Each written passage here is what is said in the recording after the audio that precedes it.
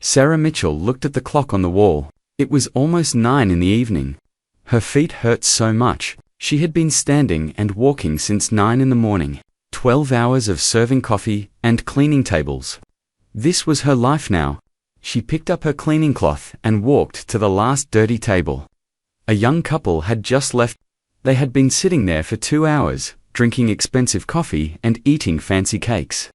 They talked about music and concerts. Sarah heard everything, but said nothing. She just smiled and brought them what they ordered. The Golden Bean Calf was not like other coffee shops. It was in the rich part of the city. Everything inside was beautiful and expensive. The walls were painted soft cream colors. The chairs were comfortable and covered in dark leather. Big windows showed the busy street outside, but the most beautiful thing in the cafe was the grand piano. The piano sat in the corner near the big window. It was black and shiny. The wood was polished so well that Sarah could see her face in it when she cleaned around it. Mr. Chen, the owner of the cafe, had bought it 2 years ago. He said it made the place look more classy. He was right. People loved taking pictures with it. Sarah sprayed cleaner on the table and wiped it slowly. Her shoulders ached. Her back hurt, but she could not complain. She needed this job. She needed the money that came every 2 weeks. Without it, everything would fall apart. She was 32 years old now. 3 years ago, she came to this city looking for any work she could find. Mr. Chen gave her a chance. He was a kind man with gray hair and gentle eyes. He never shouted at her. He never made her feel bad. That was more than she could say about some customers. The cafe was always full of music students. The National Conservatory of Music was just 2 blocks away. Students came here every day. They talked about their piano lessons, their violin practice, their upcoming performances. They used words Sarah understood very well. Words like crescendo, allegro, fortissimo. Words from her past life. She carried the dirty cups and plates to the kitchen. Maria, the other waitress, had already gone home. It was just Sarah now, finishing the closing work. She washed the cups in hot soapy water. The steam made her face warm. She dried each cup carefully and put them away. When she came back to the main room, the cafe was empty and quiet. Only the soft lights above the piano were still on. Sarah stood still and looked at it. She did this every night. It was like a habit she could not break. The piano called to her. It always did. Even after all these years, even after everything that happened, her fingers tingled with memory. They wanted to touch those keys. They wanted to make music again. She walked slowly toward the piano. Her footsteps were quiet on the wooden floor. She stood beside it and touched the smooth black surface with one finger. It was cool and perfect. She looked at the keys. White and black. 88 of them. She knew every single one. Sarah had not always been a waitress. Once, a long time ago, she was somebody different. She was a girl who played piano better than anyone in her small town. She won competitions. She made her parents proud. She made teachers cry with her beautiful music. That was before everything changed. Before her father got sick. Before the hospital bills came. Before her mother needed help. Before her little brother needed someone to take care of him. Before her dreams had to die so her family could live. She pulled her hand away from the piano. She could not think about those things now. It hurt too much. The past was gone. This was her life now. Coffee cups and dirty plates and aching feet. Sarah went to the back room and got her old coat. It had a small hole in the pocket, but it kept her warm. She got her bag and turned off most of the lights. Mr. Chen would come in the morning to open. She would be back at 9 to start another long day. As she walked to the front door, she looked back one more time at the piano. In the dim light, it looked like it was waiting for something. Or someone. She shook her head and smiled sadly. Not me, she whispered to the empty cafe. Not anymore. She locked the door behind her and walked into the cold night. The street was still busy. Cars drove past. People walked quickly, going home or going out. Everyone had somewhere to be. Everyone had their own life. Sarah pulled her coat tighter and walked to the bus stop. The bus would take 40 minutes to reach her small apartment. Then she would eat something simple, maybe soup or rice, Then she would sleep. Then she would wake up and do it all again. This was her life now. Simple, small, safe. But sometimes, when she closed her eyes at night, she could still hear music. Beautiful music that her hands used to make. Music that lived somewhere deep inside her heart. Music that never really went away. The next day would be Friday. The cafe was always very busy on Fridays. Students came in large groups. They laughed and talked loudly. They ordered the most expensive drinks. They stayed for hours. Sarah did not know that this Friday would be different. She did not know that something was going to happen. Something that would change everything. Something that would bring her past and her present together in a way she never expected. But that was tomorrow. Tonight, she was just tired. Just a waitress going home after a long day. Just another person in a big city. Nobody special. Nobody important. Or so she thought. Friday evening came like it always did. But this Friday felt different from the moment Sarah walked into the Golden Bean Calf. The place was packed with people. Every table was full. The sound of talking and laughing filled the air. Sarah tied her apron and started her shift. She moved quickly between tables, taking orders and bringing drinks. Her feet already hurt, but she smiled at every customer. That was her job. Smile and serve. Never complain. By 6 o'clock, a group of 5 young people came in. They were loud from the start. Sarah recognized them right away. They were students from the conservatory. She had seen them before. They always sat at the big table near the window. They always stayed for hours. And they never left good tips. The leader of the group was a young man named Marcus. Sarah knew his name because he said it often. He was tall, with perfect hair and expensive clothes. He talked the most and laughed the loudest. The others seemed to follow whatever he did. Table for 5, Marcus said, without looking at Sarah. He was already talking to his friends about something. Sarah showed them to their usual table. It was the big round one that could fit 6 people. Right next to the piano, they sat down, still talking and laughing among themselves. "I'll be back to take your orders," Sarah said politely. Nobody answered her. They did not even look at her. To them, she was invisible. Just part of the furniture. Just someone who brought things. Sarah went to help other customers. She brought coffee to an old man reading a newspaper. She brought tea to 2 women talking about their children. She brought cake to a young couple on a date. Everyone was polite. Everyone said thank you. That made the work easier. But Marcus and his friends were different. When she came to take their order, they kept changing their minds. First Marcus wanted a cappuccino, then a latte, then back to cappuccino. His friend Julia wanted something special that was not on the menu. Another boy wanted his coffee extra hot, but not too hot. Sarah wrote everything down carefully. She did not complain. She just smiled and said she would bring their drinks soon. In the kitchen, she made their complicated orders. She made sure everything was exactly right. When she brought the drinks to their table, Marcus took a sip and made a face. "This is too cold," he said, pushing the cup away. Sarah felt her stomach tighten. She had made it exactly how he asked, but she just nodded. "I'll make you a new one, sir." "You do that," Marcus said, turning back to his friends. The others laughed at something he said. Sarah took the cup back to the kitchen. She made a new one, making sure it was very hot. When she brought it back, Marcus did not even try it. He just kept talking. The group stayed for hours.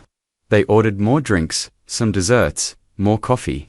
Their conversation got louder and louder. Sarah heard them talking about an upcoming concert. They were all performing in it. They talked about their teachers, their practice sessions, how talented they were. "I'm playing Chopin," Marcus announced proudly. "The Ballade No. 1. Professor Hartman says I'm the best student he's had in years." The others nodded and agreed.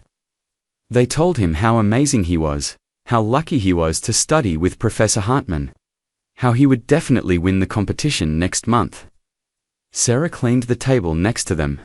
She tried not to listen, but she could not help it. She knew the piece they were talking about. She used to play it too. It was difficult and beautiful.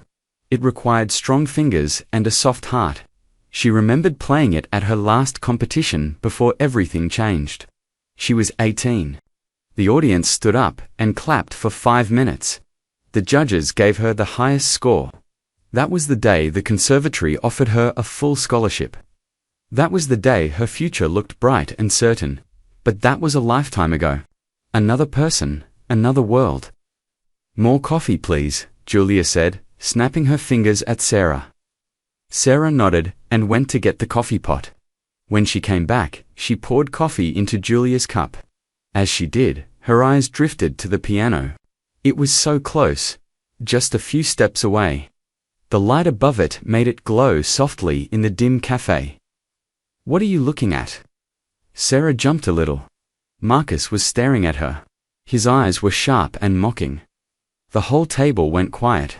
They were all looking at her now. "Nothing, sir," Sarah said quietly. "Just making sure everything is clean." "You were looking at the piano," Marcus said loudly. His friends started to smile. They could tell he was about to do something entertaining. Sarah felt her face get hot. "I was just, do you play?" Marcus interrupted. His voice was full of fake curiosity. He was making fun of her, but pretending to be nice. Sarah hesitated. She should just say no. She should walk away, but something inside her could not lie. "A little," she said softly. "A long time ago." The table exploded with laughter. Marcus slapped the table, and his friends joined in. They looked at each other with big smiles, like they had just heard the funniest joke in the world. "Is too good," Marcus said, loud enough for other tables to hear. "The waitress plays piano. Everyone, the waitress is a musician." More people in the cafe turned to look. Sarah wanted to disappear. She wanted the floor to open and swallow her whole. Her face burned with shame. "Please, I need to," she started to say. "No, no, no," Marcus said, standing up. He was enjoying this too much to stop now. "You can't just tell us you play and then walk away. That's not fair. We want to hear you play." "Marcus, come on," one of his friends said, but she was smiling too. "I'm serious," Marcus said. He pointed at the piano. "There's a piano right there. Come on, waitress. Play something for us. Entertain us. Show us what you've got." The whole cafe was watching now. All conversations had stopped. Everyone wanted to see what would happen next. Would the waitress really play? Or would she run away embarrassed? Sarah stood frozen. Her tray shook slightly in her hands. She could feel everyone's eyes on her. Some people looked curious. Some looked uncomfortable. Some looked like they were waiting for a show. "What's wrong?" Marcus said, his voice dripping with fake concern. "Don't be shy. If you can play, prove it, or were you lying? Did you just want attention?" His friends laughed again, but this time it sounded crueler, meaner. Sarah looked at the piano. Then she looked at Marcus. Then she looked at all the people watching her. She thought about walking away. She thought about going to the kitchen and hiding. She thought about quitting this job and never coming back. But then she saw Mr. Chen. He was standing near the counter, watching everything. When their eyes met, he gave her a small nod. Not pushing her, not forcing her, just letting her know that whatever she chose, he supported her. Sarah took a deep breath. Her hands stopped shaking. Something changed inside her. A feeling she had buried for so many years started to wake up. It was not anger at Marcus. It was not hurt at being mocked. It was something else. Something stronger. It was the music itself, calling her, reminding her who she used to be, who she might still be, deep down inside. She set down her tray on an empty table. She slowly untied her apron. The cafe was completely silent now. You could hear a pin drop. Sarah walked toward the piano. Each step felt heavy and light at the same time. Heavy with fear, light with possibility. She sat down on the piano bench. The leather was soft and cool. She adjusted her position, just like her first piano teacher had taught her when she was 6 years old. She looked at the keys. Black and white. Old friends she had abandoned.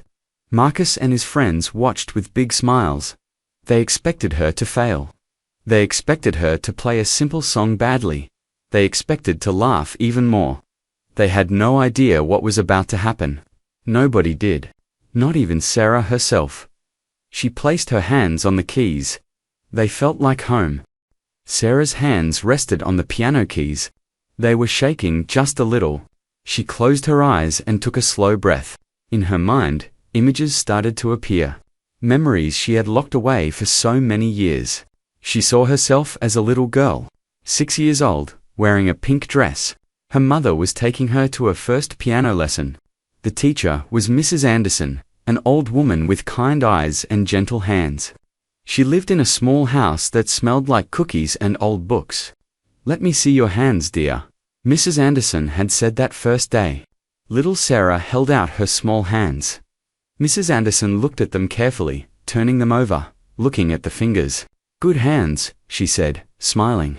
"Strong fingers. You will play beautiful music one day." Sarah did not know what that meant then. She was just excited to touch the piano. It looked so big and important. When Mrs. Anderson showed her where to put her fingers, Sarah felt something magical happen. The keys made sounds. Pretty sounds, music. From that day, Sarah could not stop playing. She practiced every day after school. While other kids played outside, Sarah sat at the old piano in her living room. Her father had bought it from a yard sale. It was not fancy, but it worked. And Sarah loved it more than anything. Her mother used to stand in the doorway and listen. Sometimes tears would run down her face. "My baby is special," she would whisper to Sarah's father. God gave her a gift. By the time Sarah was 10, she was winning competitions. Small ones at first. Local contests at the community center. Then bigger ones. Regional competitions. State competitions. She traveled to different cities with her parents. She played on big stages in front of hundreds of people. She was never nervous. When she sat at a piano, everything else disappeared. There was only the music. The notes. The feeling. It was like the piano spoke a language only she could understand, and she was translating it for everyone else. When Sarah turned 15, a famous teacher came to her town. His name was Professor Dmitry Volkov. He was visiting from the city, doing a workshop at the local college. Sarah's teacher, Mrs. Anderson, insisted she audition for him. "He only teaches the best students," Mrs. Anderson said. "You need to play for him. You need someone better than me now." Sarah played Beethoven's Moonlight Sonata for Professor Volkov. When she finished, the old man sat in silence for a long time. Sarah thought maybe she had played badly. Her heart pounded with worry. Then Professor Volkov stood up and walked to her. He had tears in his eyes. "In 30 years of teaching, I have heard maybe 5 students with your gift," he said in his thick accent. "You do not just play the piano. You speak with it. You have a rare soul, young lady." He told her she must come to the city. She must study at the National Conservatory. She must develop her talent. It would be a crime against music if she did not. Sarah's parents were scared. The city was far away. The conservatory was expensive. How could they afford it? They were simple people. Her father worked at a factory. Her mother cleaned houses. They did not have money for fancy schools. But Professor Volkov arranged everything. He talked to the conservatory. He showed them videos of Sarah playing. He told them about her gift. When Sarah was 17, she received a letter. A full scholarship. Everything paid for. Room, tuition, books, everything. It was the happiest day of her life. She had been accepted to one of the best music schools in the country. She would study with the greatest teachers. She would become a concert pianist. All her dreams were coming true. She graduated high school with honors. That summer was perfect. She practiced 6 hours every day, preparing for conservatory. She was going to leave in September. Her room was already assigned. Her classes were scheduled. Professor Volkov would be her main teacher. But in August, everything changed. Her father collapsed at work.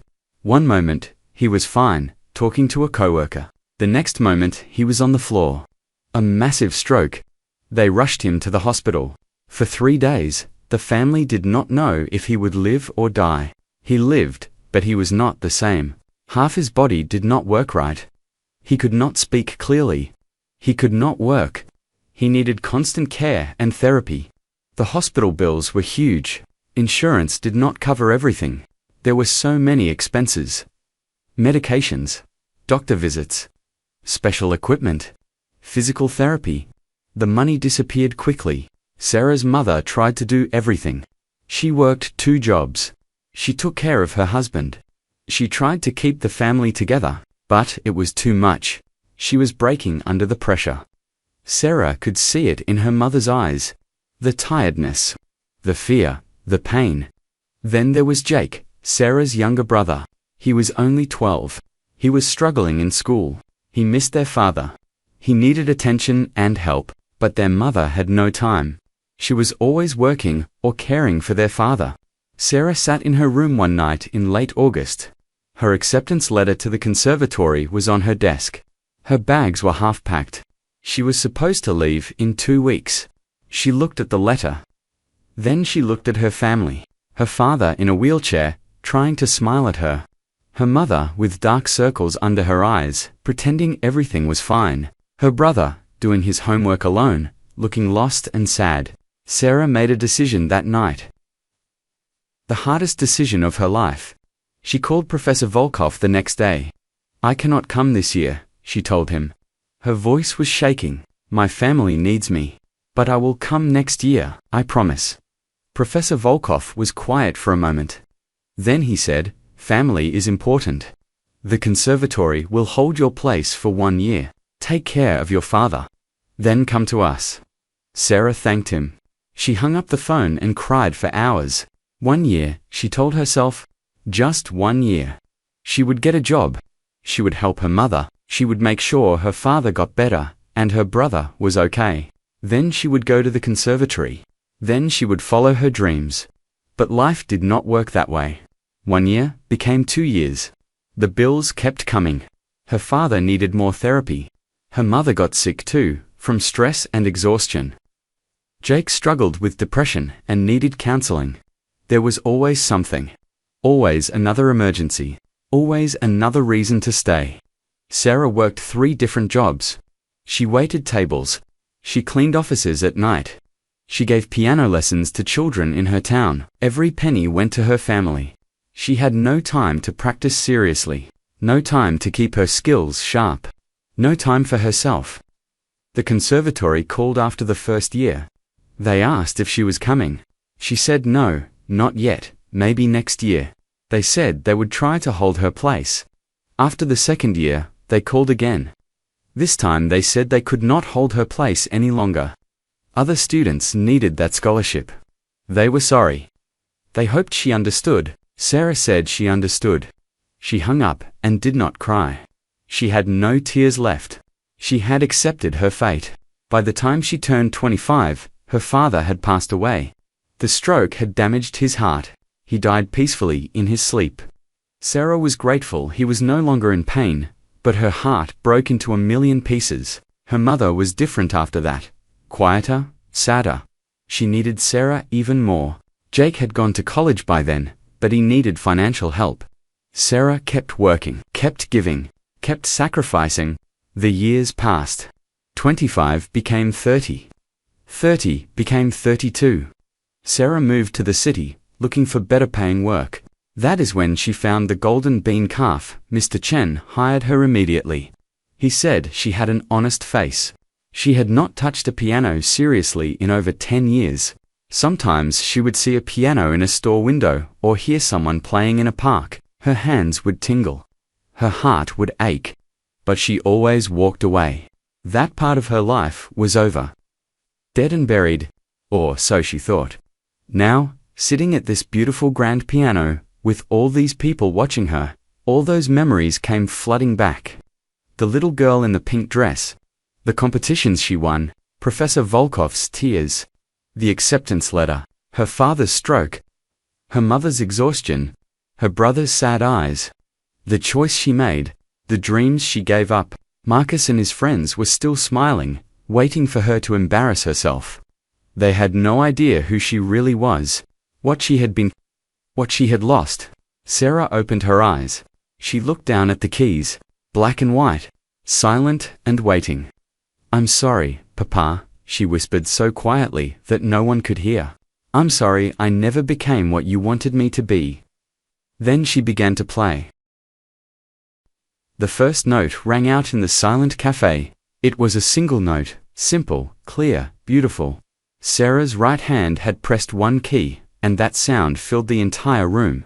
Then came another note, and another. Her left hand joined in. The notes were slow at first, like she was remembering how to speak after years of silence. Her fingers moved carefully across the keys, finding their way home. The piece she had chosen was one of the hardest ever written. Rachmaninoff's Piano Concerto No. 2. It was a piece that required years of training. Strong hands, perfect timing, deep feeling. It was not something a normal person could play. It was not something you could fake. Marcus and his friends still had smiles on their faces. They were waiting for her to mess up, waiting to laugh. But as the music continued, their smiles started to fade. The notes came faster now. Sarah's fingers moved with more confidence. It was like her hands remembered everything, even though her mind had tried to forget.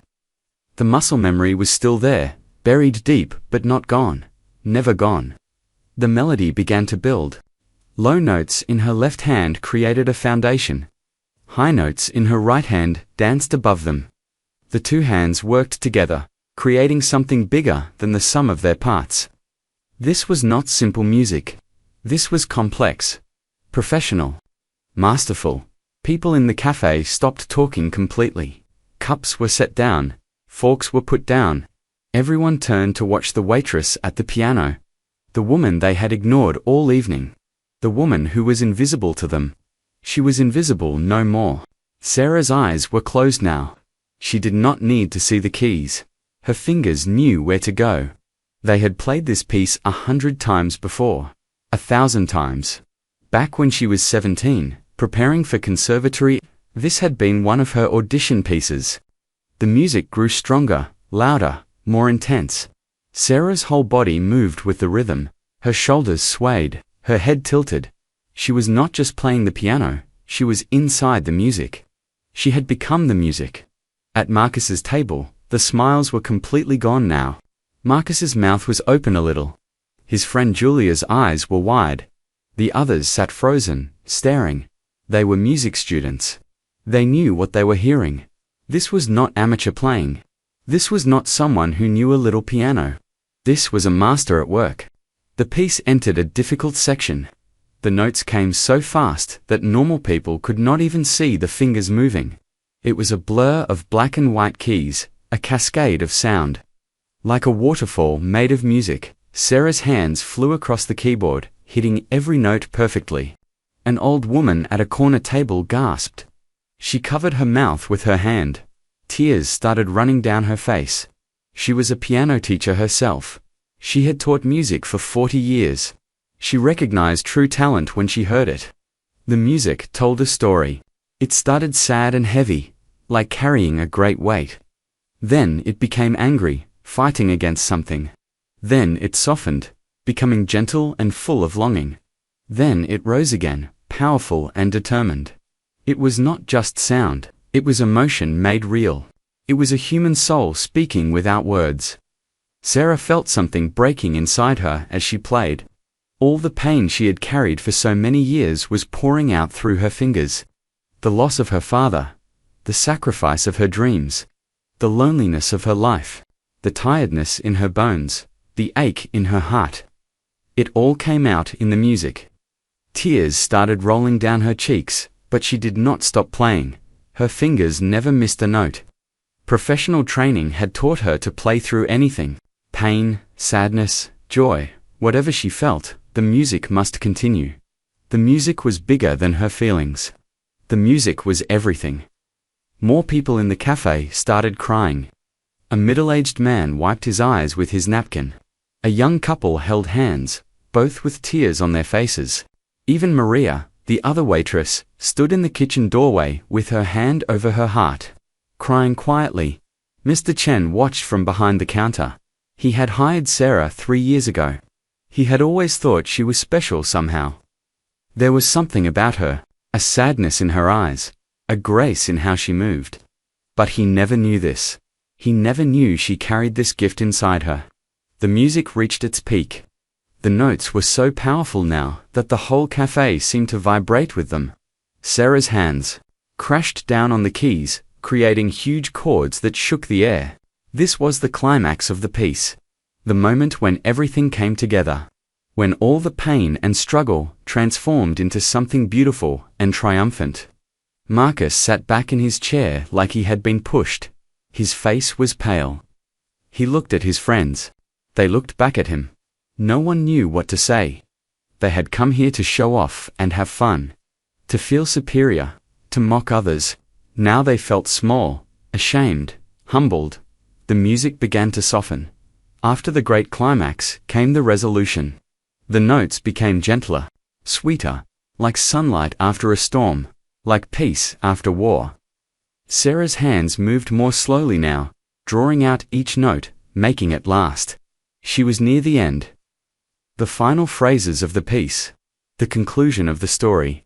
Her fingers played the last beautiful melody. It was sad and hopeful at the same time. It spoke of things lost but not forgotten, of dreams that never died, just slept, of a heart that kept beating even when it was broken. The last notes faded into silence. Sarah's hands remained on the keys for a moment. She kept her eyes closed. She did not want to open them. She did not want to return to reality. In this moment, she was not a waitress. She was not a woman with a hard life. She was a musician again. An artist. Someone who mattered. The cafe was completely silent. Not a sound, not a movement. It was like time had stopped. Like everyone was frozen. Then someone started clapping. It was the old woman in the corner. The piano teacher. She stood up from her table, clapping hard. Tears still ran down her face. She clapped like her life depended on it. Then someone else joined her, the middle-aged man. Then the young couple. Then more people, then everyone. The entire cafe erupted in applause. People stood up from their tables. They clapped and clapped. Some shouted bravo. Others just cried and clapped. The sound was thunderous, overwhelming. Sarah opened her eyes. She looked around at all the people standing and clapping for her. She could not believe it. Her vision was blurry from tears. She wiped her eyes with the back of her hand. At Marcus's table, something had changed. Marcus was clapping too, but slowly. His face looked different now. The arrogance was gone. The mocking smile had disappeared. He looked like someone who had just learned an important lesson. A hard lesson. Julia was crying openly. She clapped hard, her face red with emotion. She looked at Sarah with new eyes. Not with superiority. Not with pity. With respect. With awe. The applause continued for a long time. People did not want to stop. They wanted Sarah to know how she had affected them. How her music had touched something deep inside them. Mr. Chen came out from behind the counter. He was clapping too, with a huge smile on his face. He walked toward Sarah. When he reached the piano, he bowed to her. Actually bowed. Like she was someone important. Someone worthy of respect. Miss Sarah, he said loudly, so everyone could hear. You have given us a great gift tonight, thank you. Sarah stood up from the piano bench. Her legs felt weak. She could not speak. Her throat was tight with emotion. She just nodded at Mr. Chen. The applause started to fade. People sat back down, still talking excitedly about what they had just heard. The cafe buzzed with energy now. Everyone wanted to know about the waitress who played like a concert pianist. But then something else happened. Something unexpected. The door of the cafe opened. A woman walked in. She was older, maybe in her 60s. She had silver hair pulled back elegantly. She wore an expensive-looking coat and a silk scarf. There was something about the way she moved, confident, important, like someone used to respect. She had entered during Sarah's performance. She had stood by the door, listening to everything. Now she walked slowly toward the piano. Everyone watched her. Something about her commanded attention. She stopped in front of Sarah. She looked at her carefully with intelligent gray eyes, eyes that had seen many things. eyes that understood music and life and pain. When she spoke, her voice had a slight accent, Eastern European, rich and warm. "My dear," she said quietly. "That was the most beautiful thing I have heard in 30 years. Sarah did not know what to say. She just stared at this elegant stranger. The woman smiled. A sad, knowing smile. "Tell me," she said, "who are you?" Sarah looked at the elegant woman standing before her. She did not know who this person was, but something about her felt important, powerful, like someone who could change things. I'm just Sarah," she said quietly. Her voice was still shaky from crying and playing. "Sarah Mitchell, I work here." The woman smiled gently. "No, my dear, you are not just anything. Anyone who plays Rachmaninoff like that is not just anything." The cafe was quiet again. Everyone was listening to this conversation. They wanted to know what would happen next. The moment felt full of possibility. "My name is Alina Volkov," the woman said. Sarah's eyes went wide. Alina Volkov. That name. She knew that name. Everyone who loved classical music knew that name. Alina Volkov was a legend. She had been one of the greatest pianists in the world. She had played in the most famous concert halls. She had won every award. And now she was the director of the City Concert Hall, the most prestigious venue in the entire region. I know who you are," Sarah whispered. She felt like she might faint. Alina Volkov was standing in front of her, speaking to her. "Then you understand that I do not give compliments lightly," Alina said. "I have heard thousands of pianists in my lifetime. Students, professionals, masters. What you just played was not the work of someone who knows a little piano. You have had serious training, very serious training." Sarah nodded. She did not know what else to do. "Tell me your story," Alina said. It was not a request. It was a gentle command. "How does someone with your gift end up serving coffee?" The cafe was so quiet that you could hear the soft hum of the refrigerator in the kitchen. Everyone waited. Marcus and his friends sat frozen at their table, listening to every word. So Sarah told her story. Standing there in her waitress uniform, her eyes still red from crying, she told this legendary woman everything. She told her about learning piano as a little girl, about the competitions she won, about Professor Dmitry Volkov, who had discovered her. When she said that name, Elena's eyes widened. "Dmitry Volkov was my late husband," she said softly. "You studied with him." Sarah shook her head. "I was supposed to. He got me a scholarship to the conservatory, but I never went." Then she told Alina about her father's stroke, about choosing her family over her dreams, about the years that passed while she worked and sacrificed, about the opportunity that slipped away. Alina listened to everything. Her face showed many emotions. Sadness, understanding, anger at the unfairness of life. But also something else. Determination. When Sarah finished speaking, Alina was quiet for a long moment. She seemed to be thinking deeply about something.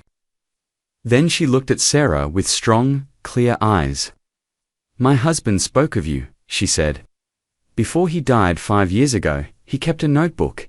In it, he wrote about his greatest students, the ones who got away, the ones who could have changed the world of music. There was one he called the girl with the old soul. He said she played like she had lived 1,000 lives. He said losing her was one of his great regrets." Sarah's breath caught in her throat. Professor Volkov had remembered her, even after all those years. "That was you," Alina said. "You were his great regret. And now I understand why." Alina reached into her expensive purse and pulled out a small card.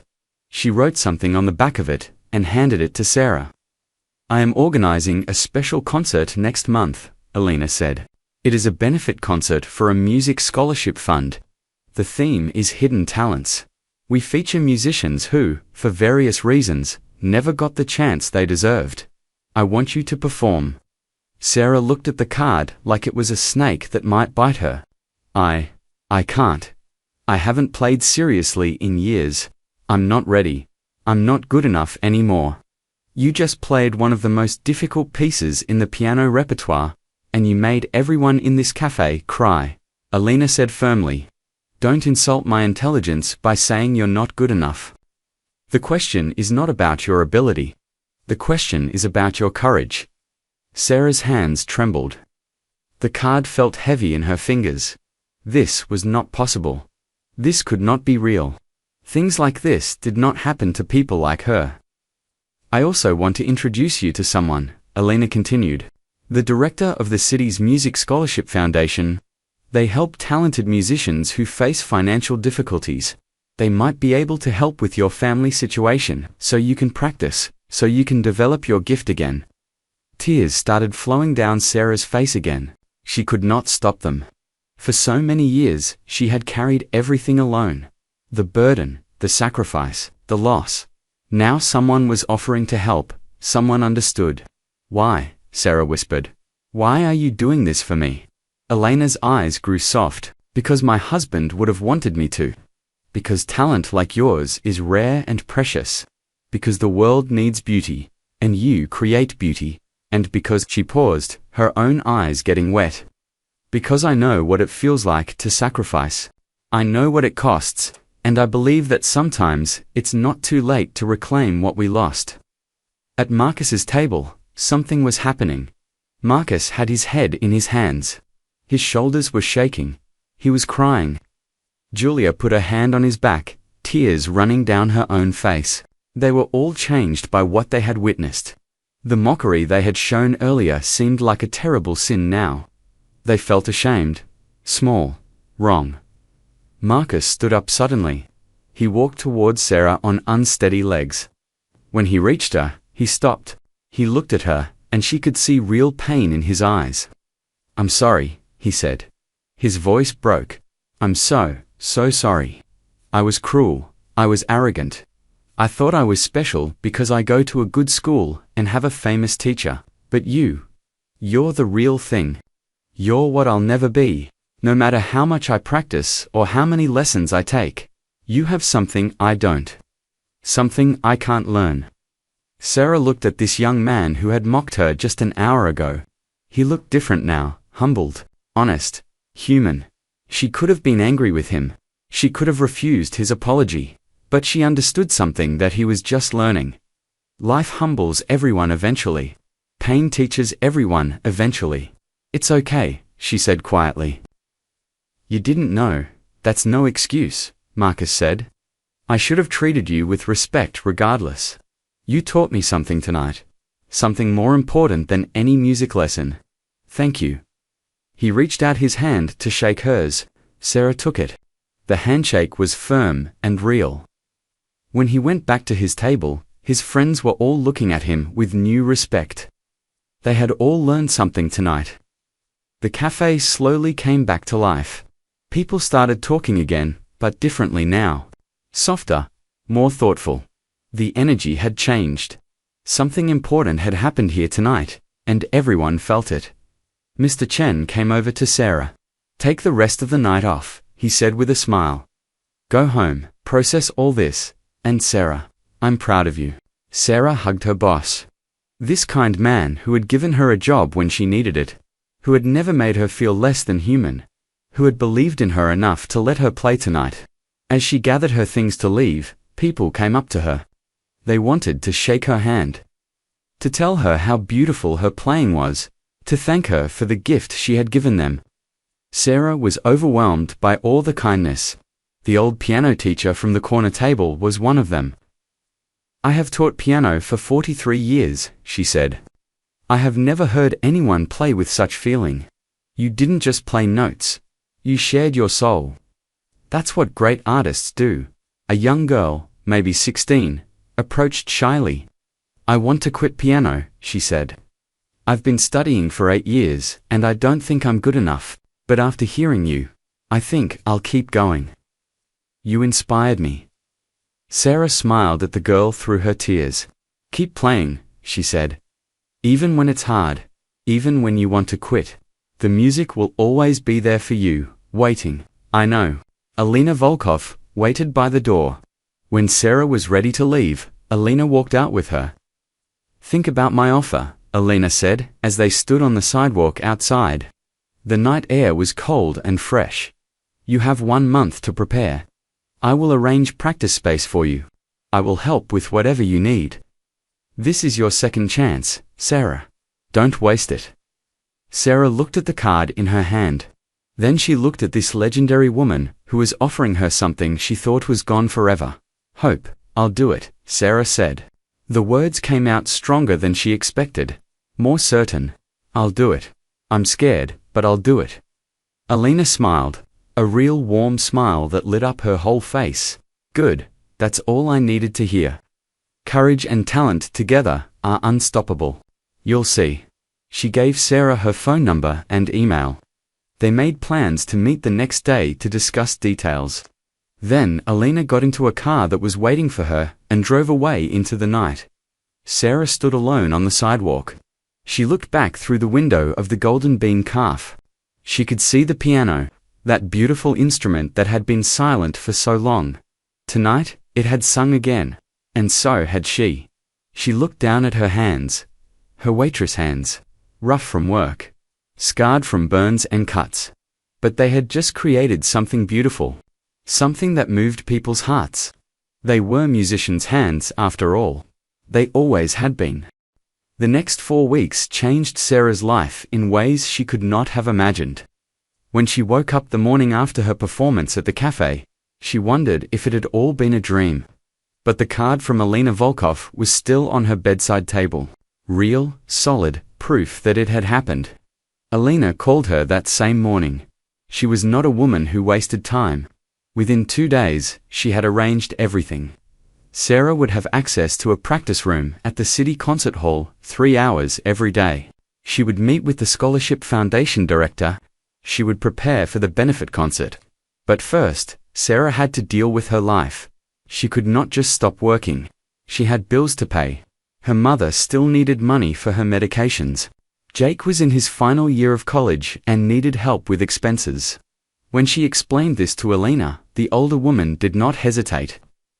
The foundation will provide you with a stipend while you prepare, Alina said. It's not much, but it will cover your basic expenses.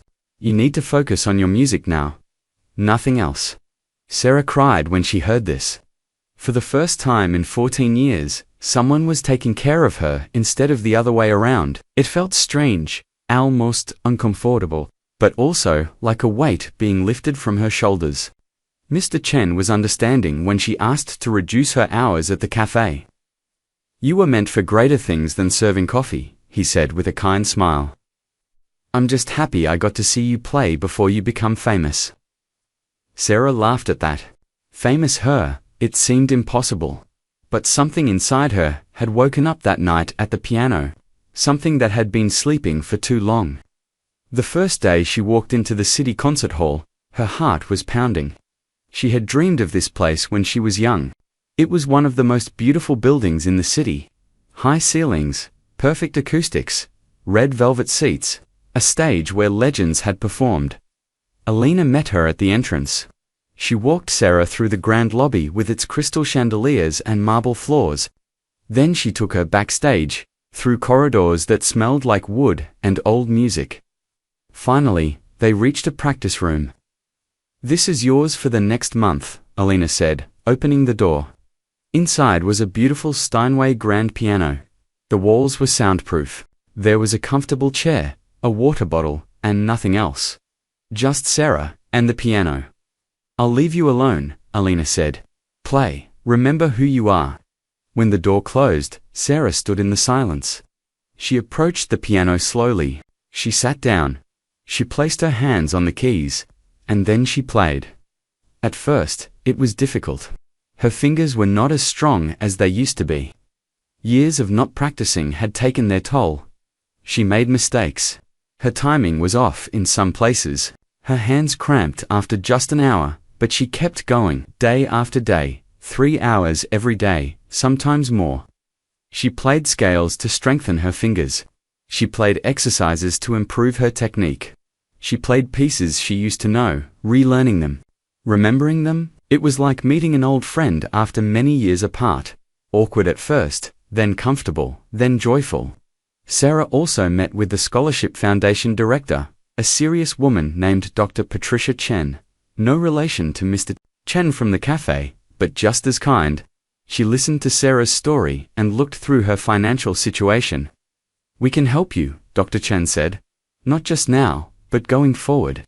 If you're willing to teach young students from low-income families, we'll provide you with a regular income. You can continue to develop as a performer while giving back."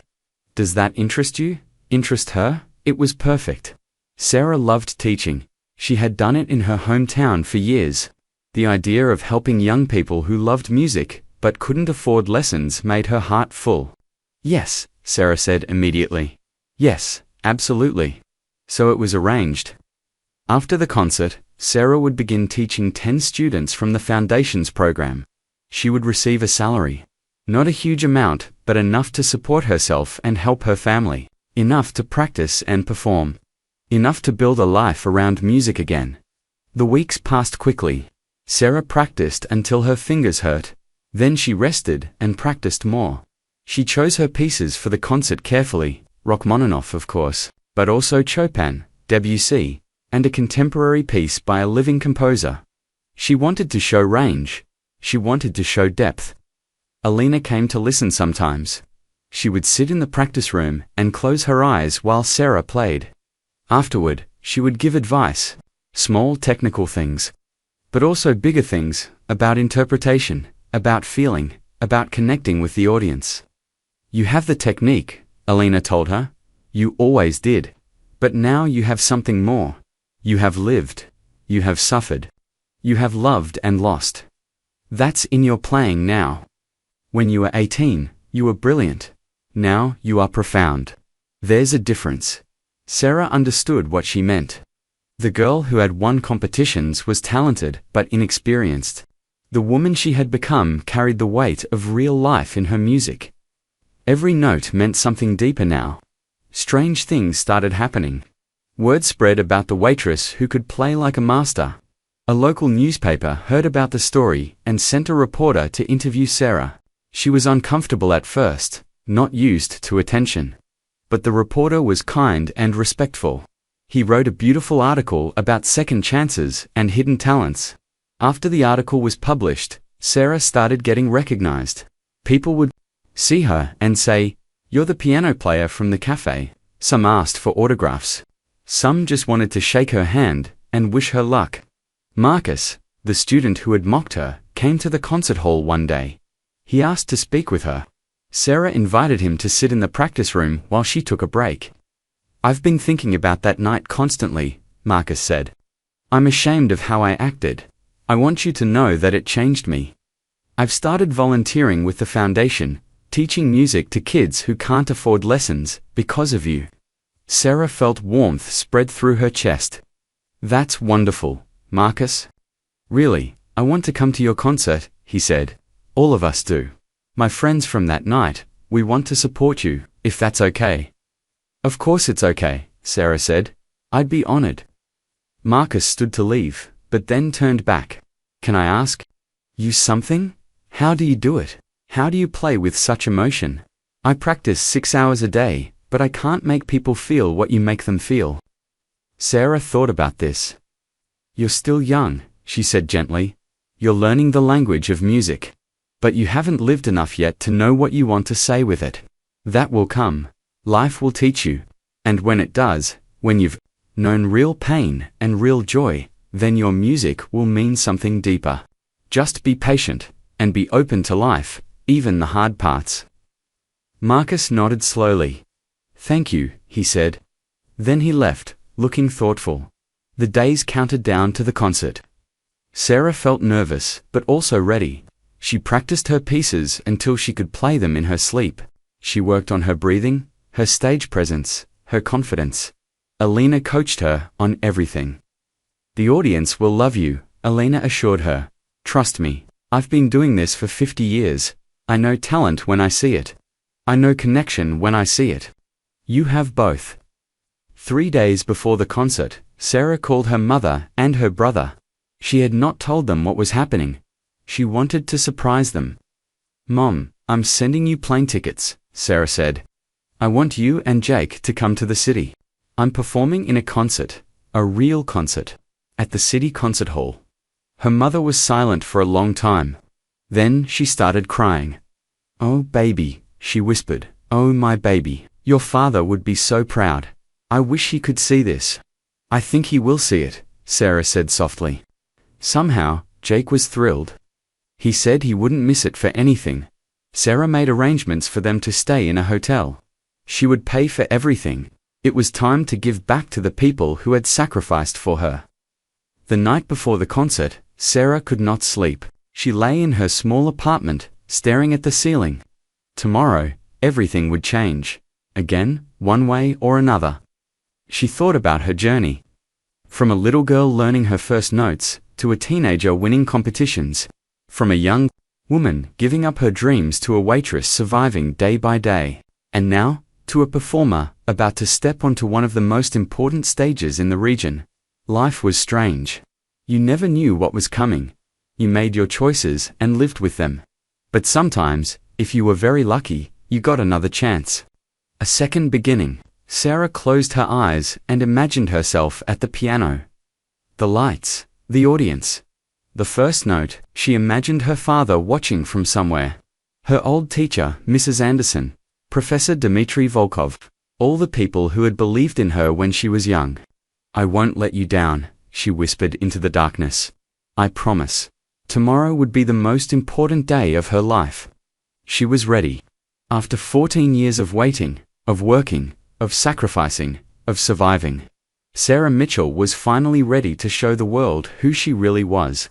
Not just a waitress, not just a girl with dreams, but an artist, a musician, someone whose hands could create magic, someone whose soul could touch other souls through the universal language of music. Tomorrow, she would fly.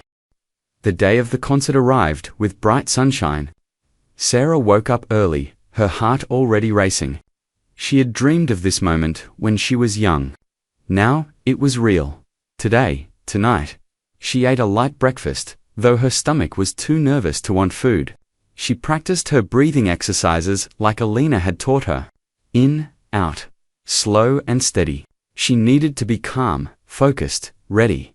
Her mother and Jake arrived at her apartment in the afternoon. When Sarah opened the door and saw them, she burst into tears. Her mother held her tight, like she used to when Sarah was little. "Look at you," her mother said, pulling back to see her daughter's face. "You're glowing. You look like you did when you were 18. Jake hugged her next. He was tall now, a grown man, but he was still her little brother. "I'm so proud of you, sis," he said. "You never gave up." Not really. They talked for an hour, catching up on everything. Then Sarah had to leave. She needed to get to the concert hall early. She needed to warm up. She needed to prepare. "We'll be in our seats cheering for you," her mother promised. "Roji right in the middle. We'll be the ones crying the loudest." Sarah laughed and hugged them both again. Then she left, taking the bus to the concert hall. She could have taken a taxi. Alina had offered to send a car. But Sarah wanted these last moments of normal life. Soon, everything might be different. When she arrived at the concert hall, the building looked even more beautiful than usual. A large banner hung outside. Hidden Talents Benefit Concert, featuring Sarah Mitchell and others. Sarah's name. On a banner. At the city concert hall, she had to stop and stare at it. Inside, Alina was waiting. She was dressed elegantly in a black gown. She smiled when she saw Sarah. "There's my star," Alina said warmly. "Come, let's get you ready." She led Sarah backstage. The area was busy with people preparing for the concert. Other performers were warming up. Stagehands were checking equipment. It was controlled chaos, but exciting. Alina took Sarah to a private dressing room. Inside was a beautiful dress hanging on a rack.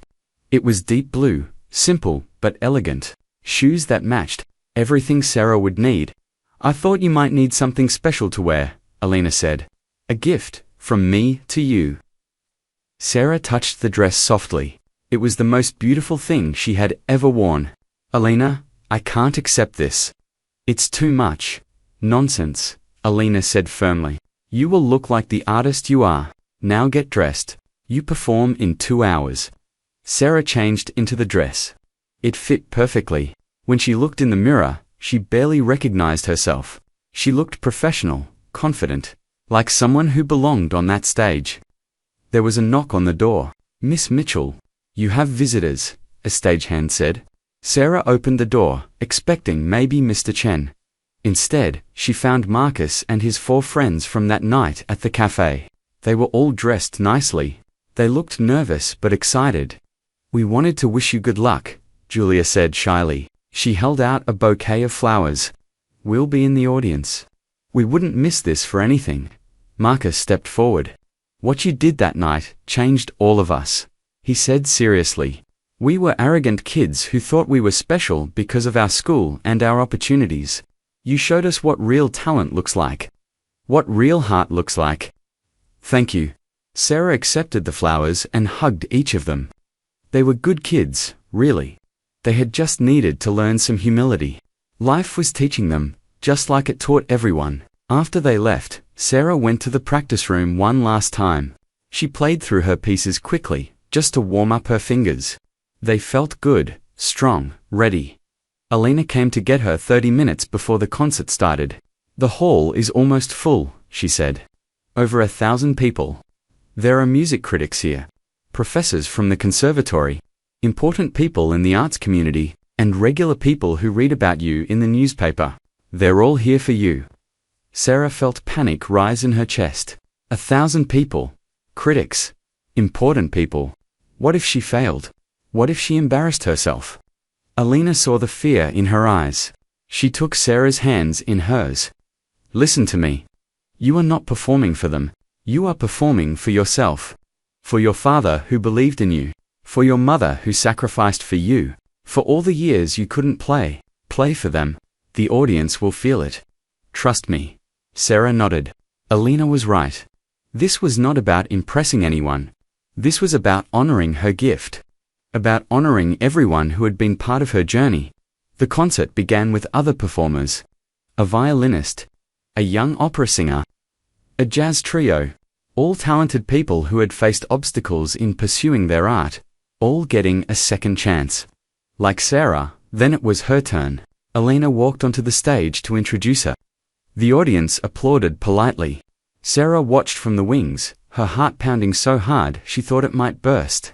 "Our final performer tonight," Alina said to the audience, "has one of the most remarkable stories you'll ever hear. 14 years ago, she was accepted to the National Conservatory with a full scholarship. She was considered a prodigy. But life had other plans. She chose family over her dreams. She sacrificed everything for the people she loved. For 14 years, she worked as a waitress, her incredible gift hidden from the world, until one night, at a small cafe, someone asked her to play. What happened next changed everyone who heard it. Ladies and gentlemen, please welcome Sarah Mitchell." The audience applauded. Sarah took a deep breath. She stepped out onto the stage. The lights were bright but not blinding. She could see faces in the first few rows. She saw her mother and Jake, already crying. She saw Marcus and his friends, leaning forward in anticipation. She saw Mr. Chen, smiling proudly. She saw strangers who had come to hear her story through music. Sarah walked to the piano. It was a magnificent instrument. A concert grand Steinway, perfectly tuned. She sat down and adjusted the bench. She placed her hands over the keys. The audience grew completely silent. 1,000 people holding their breath, waiting. Sarah closed her eyes. She thought of her father teaching her to be strong, her mother showing her sacrifice, her brother needing her, Mrs. Anderson showing her the magic of music, Professor Volkov believing in her talent, Alina giving her this chance. She thought of all the years of struggle, the morning shifts at the cafe, the tired feet, the empty dreams, but also the small joys, the kind customers, the simple pleasures, the love that kept her going. Then she began to play. She started with Chopin, a nocturne, soft and dreamy. Her fingers moved over the keys like water flowing over stones, smooth, natural. The music filled the hall, every note clear and perfect. The acoustics were beautiful. The piano sang. The audience was transfixed. This was not just good playing. This was extraordinary. Sarah's hands danced across the keyboard, creating melodies that seemed to come from another world. A world of beauty and sadness and hope. She moved into Debussy, impressionistic. Like painting with sound. The notes shimmered and sparkled. They created images in the mind: water, light, memory, magic. Then came the Rachmaninoff, the piece she had played that night at the cafe. But this time, she was fully prepared. This time, her hands were stronger. Her interpretation was deeper. She poured everything into it. Every emotion, every memory, every dream lost and found. The music built to its powerful climax. The entire hall seemed to vibrate with the sound. Sarah's body moved with the music, her face showing the emotion of every phrase. She was not separate from the music. She was the music. People in the audience were crying openly. Not just her mother, not just Jake, but dozens of people. Hardened critics wiped their eyes. Elderly professors who had heard everything remembered why they loved music in the first place. Young students understood what they were striving for. Sarah played the final notes, soft, gentle, like a whisper, like a prayer, like hope. The last note faded into silence. For 3 full seconds, no one moved. No one breathed. Then the audience exploded. They leaped to their feet. The applause was like thunder. People shouted bravo. Some threw flowers onto the stage. The ovation went on and on. 5 minutes. 7 minutes. 10 minutes. Sarah stood and bowed. Tears streamed down her face. She looked at her mother, who was sobbing with joy. She looked at Alina, who was clapping with pride. She looked at all these people who had been touched by her music. This was why she was born. This moment, this connection, this gift she could give to the world. The reviews the next day were incredible. The city's top music critic wrote, "Sarah Mitchell is not just a talented pianist. She is a force of nature. Her playing transcends technique and touches the soul directly. We are witnessing the beginning of an important career." Opportunities flooded in. Invitations to perform at other venues. Recording companies interested in her story. The conservatory invited her to do a masterclass with students. Everything she had dreamed of as a young girl was suddenly possible. But Sarah did not let it overwhelm her. She remembered what mattered. She started teaching her 10 students through the Scholarship Foundation. She worked with them patiently, encouraging them, showing them that music was about more than technique. It was about heart. She continued performing, but she stayed humble. She never forgot where she came from. She never forgot the years serving coffee. She never forgot the choice she made to save her family. 6 months after the concert, Sarah was invited back to her hometown. They wanted to honor her. The small community center where she had won her first competition held a special event. Mrs. Anderson was there. Now very old, but still sharp. She cried when Sarah played for her. "I always knew," Mrs. Anderson said afterward. "I always knew you were special." Sarah visited her father's grave that trip. She sat beside his headstone and talked to him. "I did it, Papa," she said softly. "It took a long time. It was hard, but I did it. I hope you're proud." The wind blew gently through the trees. Sarah felt peace. She had honored her gift. She had honored her family. She had honored herself. 1 year after that night at the cafe, Sarah returned to the Golden Bean. She came not as an employee, but as a guest. Mr. Chen had reserved the best table for her. The piano still sat in the corner. After her coffee, Sarah asked if she could play. Mr. Chen smiled and nodded. She sat at the piano where it all began, where she had been mocked and then discovered, where her life had changed forever. She played a simple song, nothing fancy, just a beautiful melody that made people smile.